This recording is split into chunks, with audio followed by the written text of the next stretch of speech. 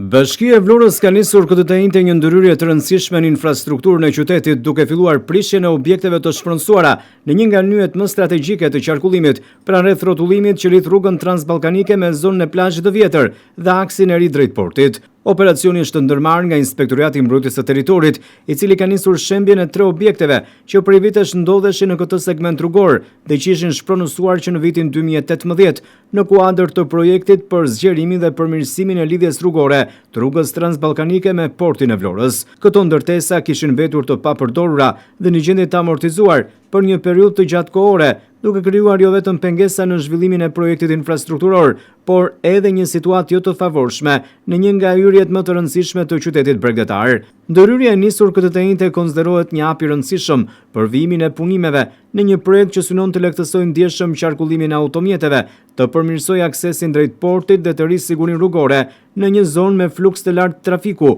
sidomos gjatë sezonit turistik. Prishja e objekteve i hap rrugën fazës së radhës së projektit, i cili parashikon riorganizimin e plot të nyjes lidhëse midis transballkanikes dhe zonës portuale, duke krijuar një qarkullim më të rrjedhshëm dhe duke reduktuar ngarkesën në segmentet ekzistuese të rrugës. Në terren punimet janë ndjekur nga afër nga kryetaria e Bashkisë së Vlorës, Brunilda Mersini, e cila ka inspektuar ecurinë e operacionit dhe ka theksuar rëndësinë e këtij projekti për transformimin urban të kësaj zone në qytetin e Vlorës. Sipas planit të bashkisë, ndërhyrja në këtë aks rrugor nuk kufizohet vetëm me prishjen e objekteve të shpronësuara, por përfshin edhe rikonceptimin më të gjerë të infrastrukturës përreth. Përfundimi i këtij projekti do të sjellë një përmirësim të dukshëm jo vetëm në qarkullim, por gjithashtu edhe në pamjen e këtij territori. Ndërhyrja vjen si pjesë e një serie investimesh infrastrukturore që Bashkia e Vlorës po zhvillon në qytet. Në këtë kuadër, ndërhyrja në transballkanike shihet edhe si një hap i rëndësishëm drejt transformimit të një prej zonave më kryesore të qytetit,